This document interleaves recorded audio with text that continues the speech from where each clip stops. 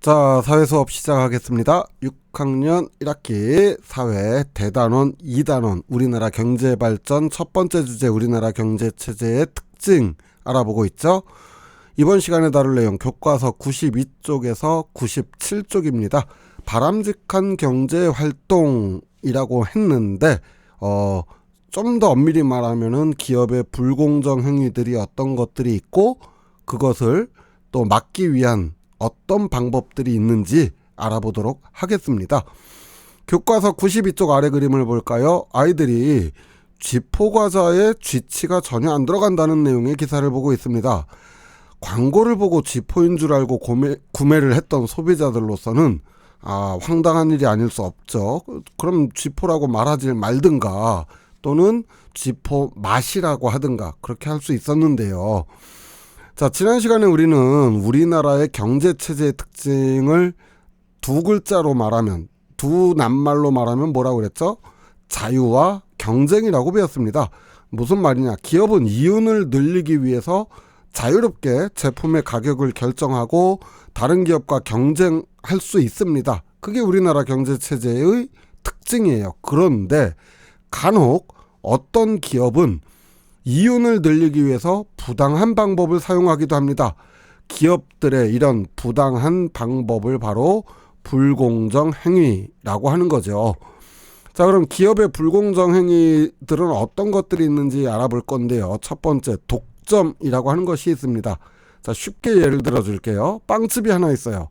그런데 이 동네 빵집이라고는 이 집 하나밖에 없고 다른 빵집을 가기 위해선 차를 타고 30분 이상, 1시간 이상 가야 된다라고 한다면 이 빵집의 가격도 마음에 안 들고 서비스도 별로고 하더라도 빵을 먹고 싶다면 어쩔 수가 없죠. 그러니까 이 빵집은 마음대로 가격을 조정할 수 있으면서 또 서비스도 불친절한다든지 이래도 소비자들은 살 수 있는 데가 여기밖에 없으니까 어쩔 수 없죠. 이렇게 독점의 경우는 가격이나 제품도 파는 사람 마음대로 결정하기 때문에 소비자들이 피해를 보는 경우가 많이 있습니다.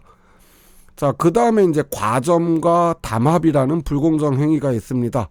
자, 그러면은 이 동네에 빵집이 하나가 더 생긴다면 어떻게 될까요? 우리 지난 시간에 배운 대로 두 빵집이 서로 경쟁을 하느라고 서비스도 좋아지고 제품도 좀 더 다양해지고 맛도 좋아지고 그렇게 되겠죠. 자, 그런데 문제는 뭐냐면은 이 두 가게가 서로 경쟁을 하다 보니까 소비자는 좋은데 가격을 내리는데도 서비스의 질을 올리는데도 한계가 있어요. 자, 그런데 이 두 빵집 주인이 만나서 서로 합의를 해서 어차피 두 집밖에 없으니까 우리 둘 다 가격 올리자 이렇게 해버리게 되면은 소비자는 또다시 피해를 볼 수밖에 없겠죠. 이처럼 소수의 업체가 시장 전체의 대부분을 차지하게 되는 것을 과점이라고 합니다. 그리고 이렇게 과점 업체끼리 가격을 결정해버리는 행위를 담합이라고 하는 거죠. 자, 다음으로 살펴볼 기업의 불공정 행위는 횡포라고 하는 겁니다. 자, 이번에 다른 동네로 왔어요. 이 동네는 빵집이 굉장히 많이 있습니다.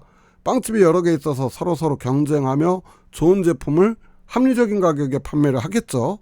자, 그런데 가운데쯤에 아주 커다란 빵집이 보이죠. 대기업에서 운영하는 빵집입니다. 자, 대기업이 운영하는 빵집이다 보니까 대기업이 가지고 있는 막강한 자본력, 돈이 있죠. 그래서 이 빵집이 원가 이하로 세일을 하면 어떻게 될까요? 소비자들은 당연히 더 싼 대기업 가게로 몰려들게 되겠죠. 다른 가게들은요, 이 경쟁을 하고 싶은데 아무래도 대기업이 이 돈으로 밀어붙이는 거를 따라갈 수는 없고 더군다나 원가 이하로는 세일을 해서 팔아봤자 오히려 손해가 나겠죠. 따라할 수가 없습니다. 하지만 소비자들은 원가 이하로 세일하는 대로 몰려가겠죠. 그렇다면은 결국 많은 가게들은 문을 닫을 수밖에 없습니다. 대기업은 당장 손해가 나더라도 이렇게 해놨다가 이제 독점이나 과점 형태가 됐을 때 가격을 올려버리면 그만이에요. 자, 이런 것을 대기업의 횡포라고 합니다.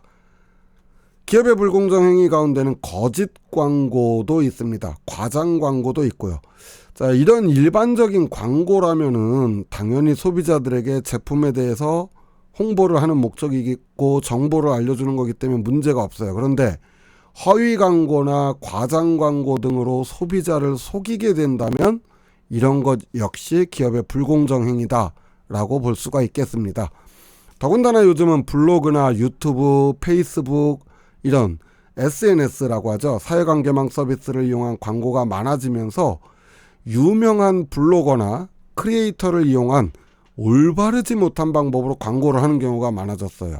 일명 뒷광고라고 해서 몇 년 전 크게 사회적인 문제로 떠오르기도 했고, 여전히 이 문제들은 유튜브라든지 여러 인스타그램이라든지 이런 정보 미디어 매체를 이용해서 이 뒷광고 논란은 언제나 생겨납니다. 왜 이런 걸까요?